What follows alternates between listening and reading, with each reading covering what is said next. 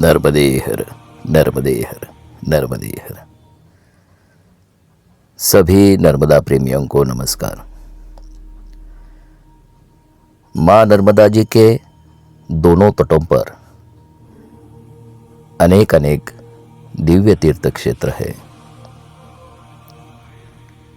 इसी प्रकार माँ नर्मदा जी के उत्तर तट गुजरात में बसे अद्भुत तीर्थ क्षेत्र भगवान कोटेश्वर महादेव मंदिर की जानकारी आज हम इस वीडियो के माध्यम से ले रहे हैं। तीर्थ क्षेत्र कोटेश्वर जाने के लिए हम प्रथम बड़ौदा में आते हैं। बड़ौदा से डबोई होकर हम मोलेथा और मोलेथा से गांव बरकाल पहुंच जाते हैं। ये है गांव बरकाल, मां नर्मदा जी के उत्तर तट पर बसा एक छोटा सा और सुंदर गांव।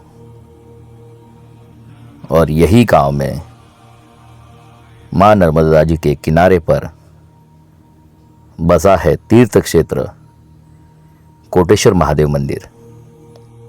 गांव के बाहर वाला रास्ता जाता है बिल्कुल मां नर्मदा के किनारे पर।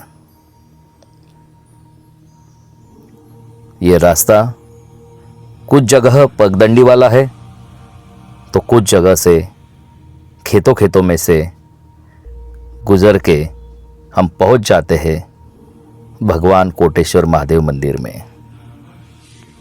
यह है भगवान कोटेश्वर महादेव मंदिर आश्रम। अभी हम पहुंच गए हैं कोटेश्वर महादेव मंदिर आश्रम में। आश्रम बिल्कुल मां नर्मदा जी के किनारे पर बसा हुआ है। आश्रम परिसर अत्यंत सुंदर और रमणीय है। यह है भगवान कोटेश्वर दादा का मंदिर, जिधर साक्षात भगवान कोटेश्वर विराजमान है। यह है माता नर्मदा जी का मंदिर। भगवान लक्ष्मी नारायण का मंदिर। आश्रम परिसर में हम जब पैर रखते हैं तभी हमें दिव्य अनुभूति का एहसास हो जाता है और मालूम होता है यह जगह सिद्ध और तपस्वी भूमि है। आश्रम में भगवान कोटेश्वर दादा मंदिर के साथ ही मंदिर में आने वाले भक्तों के लिए भक्त निवास की सुंदर व्यवस्था है। भक्त निवास के सामने ही भक्तों के प्रसाद के लिए अन्नपूर्णालय में भोजन प्रसादी की व्यवस्था की जाती है। आश्रम के बिल्कुल सामने ही मां नर्मदा जी का दिव्य दर्शन प्राप्त हमें होता है। मां नर्मदा जी का सुंदरी किनारा और बड़ी एकांत वाली यह जगह है। आश्रम के महंत पूजनीय स्वामी जी सद्गुरु श्री नर्मदानंद जी महाराज जी है। स्वामी जी जूनागढ़ की दिव्य तपोभूमि से है। पूजनीय स्वामी जी वेद उपनिषद, भागवत, गीता, आद्य शंकराचार्य, नर्मदा पुराण, शिव पुराण और राम कथा इत्यादि अनेक विषयों पर कथा करते हैं। ब्रह्मत्रयी सूत्र की कठोर अध्ययन तपस्या करके स्वामी जी ने दिव्य ज्ञान प्राप्त किया है। वे अपने मधुर वाणी से हम सभी साधकों को सत्संग ज्ञान रूपी अमृत पिलाते हैं। ये है माता ब्रह्मचारिणी शिवेश्वरी दीदी जी। आश्रम की व्यवस्था के साथ ही आश्रम में आने वाले सभी भक्तों की वे बड़ी आदरातिथ्य के साथ व्यवस्था करते हैं। साथ ही सभी भक्तों को अपने हाथ से मधुर प्रसाद दीदी के द्वारा मिल जाता है।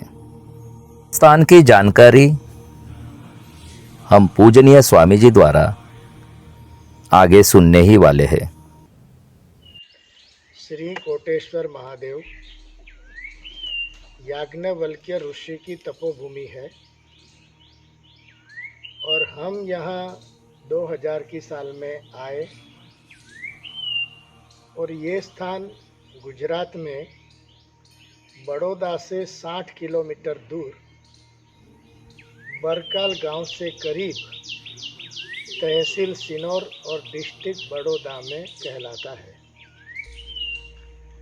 यह स्थान आज से 5000 साल पहले याज्ञवल्क्य ऋषि जब नर्मदा तट पे तप करने पधारे तो उन्होंने भगवान वेद व्यास जी से, जो यहाँ से पूर्व दिशा में व्यास बेट कहलाता है, उनके सामने माने दक्षिण तट पे शुकदेवेश्वर महादेव कहलाते हैं। तो शुकदेव जी जो गर्भ से चलकर निकल पड़े थे, वो उनके पीछे वेद व्यास जी यहाँ तक आए थे। तो सुखदेव जी दक्षिण तट पे चल पड़े और व्यास जी उत्तर तट पर विराजमान हुए। दोनों ने 12 साल तक तप किया। तपोबल से शुकदेवेश्वर महादेव प्रकट हुए। वेद व्यास जी ने जहाँ तप किया वो व्यास बेट कहलाया। बेट इसलिए कहलाया कि दोनों साइड से माँ नर्मदा जी प्रकट हो गई, व्यास जी बीच में ही रह गए। और वहाँ याज्ञवल्क्य ऋषि आकर कहने लगे कि मुझे भी भगवान की प्राप्ति करनी है तो मुझे उचित स्थान बताइए। तो व्यास जी की आज्ञा से याज्ञवल्क्य ऋषि इसी कोटेश्वर महादेव में आज से 5000 साल पहले यहाँ आए थे और उन्होंने यहाँ जब पधारे तब बट वृक्ष था। आप सब जानते हैं कि बट में शिव तत्व का वास होता है, औदुंबर में दत्त भगवान का वास होता है, बिल्व पत्र में लक्ष्मी जी का वास होता है और पीपल में विष्णु भगवान का वास होता है। और सभी पितृओं का पालन पोषण विष्णु तत्व ही करते हैं, इसलिए पितृपक्ष भी विष्णु में अथवा पीपल में निवास करते हैं। अच्छा, तो बट वृक्ष में जब भगवान शिव जी निवास करते हैं, इस हेतु से बट वृक्ष के नीचे याज्ञवल्क्य ऋषि यहाँ 12 साल तक तप किया। तपोबल से भगवान शिव जी अनंत रूप में, कोटि रूप में, जैसे अर्जुन के सामने भगवत गीता में अनंत रूप में प्रकट हुए, ऐसे भगवान यहाँ शिव तत्व अनंत रूप में प्रकट हुए। और अनंत रूप में जब याज्ञवल्क्य ऋषि दर्शन नहीं कर पाए तो याज्ञवल्क्य ऋषि ने प्रार्थना की कि आप मुझे सौम्य रूप में चर्म चक्षु से दर्शन हो जाए, ऐसा दिव्य दर्शन प्रकाशित करिए। तो भगवान शिव जी यहाँ कर्पूर गौरम करुणावतारम संसार सारम भुजगेंद्र हारम इस सौम्य रूप में प्रकट हुए और उनको कहा गया कि तुमने कोटि रूप में दर्शन किया है, इसलिए इस स्थान का नाम कोटेश्वर हमेशा के लिए रहेगा। और बाद में भगवान ने कहा कि ये तपोभूमि आपके नाम से प्रसिद्ध होगी। और याज्ञवल्क्य ऋषि के तपोबल से जहाँ याज्ञवल्क्य ऋषि ने दर्शन किया, उस बटवृक्ष के गर्भगृह में ये स्वयंभू शिवलिंग प्रकट हुआ। बाद में कहते हैं कि स्कंद पुराण का अध्ययन करते करते माँ अहल्याबाई होलकर जी, जो इंदौर के महारानी है और महेश्वर की तपोनिष्ठा है, जहाँ अहल्येश्वर महादेव का साक्षात्कार जो माता जी को हुआ, अहल्या माँ को, वो जब विचरण करते करते पधारे और कहते हैं कि उन्होंने स्कंद पुराण में अध्ययन करके जब देखा कि यहाँ याज्ञवल्क्य ऋषि ने तप किया है, तो इस स्वयंभू शिवलिंग को खोजकर उन्होंने यहाँ मंदिर का जीर्णोद्धार किया। और आप ध्यान से मंदिर में देखेंगे कि शिवलिंग के ऊपर जो छत है वहाँ श्री यंत्र की छवि है। संपूर्ण श्री यंत्र नहीं है, छवि है। और बीच में लकड़ी है जो कहलाती है कि कोई आधार स्तंभ लोहे का नहीं है, पुराना है। और उसके ऊपर 3 परिक्रमावासी सो सके ऐसी गुफा है, और जिनका एंट्रेंस 2 बाई 2.5 का ही है। क्यों? क्योंकि हिंसक पशु उस जमाने में इधर आते होंगे जो परिक्रमावासी को डिस्टर्ब ना करे, इस हेतु से एंट्रेंस छोटा और गुफा बड़ी बनाई। और उसके ऊपर कमल की पत्ती के ऊपर 4 दिशा में 4 शिवलिंग है, और 5वां कोटेश्वर माने पंचमुखी शिवलिंग का ये स्थापन है, जिसको पंचायतन शिव मूर्ति कहलाता है। बीच में भैरव का मुख है जो इस स्थान के रक्षक कहलाते हैं। जिस जिस मंदिर में भैरव का मुख स्थापित होता है, उस स्थान की रक्षा स्वयं भैरव करते हैं। इसलिए ये वेदोक्त मंदिर कहलाता है, जिसमें 4 मुखी पे शिवलिंग हो और भैरव का मुख हो, और उसके ऊपर हरि चक्र है। तो देखो, हरि और हर का स्वरूप बताने के लिए वो विष्णु चक्र बिल्कुल 4 शिवलिंग के ऊपर ही हरि चक्र है, और उसके ऊपर काल चक्र है जो गोल है, और भगवान स्वयं कालातीत है, इसलिए ये काल चक्र की स्थापना हुई।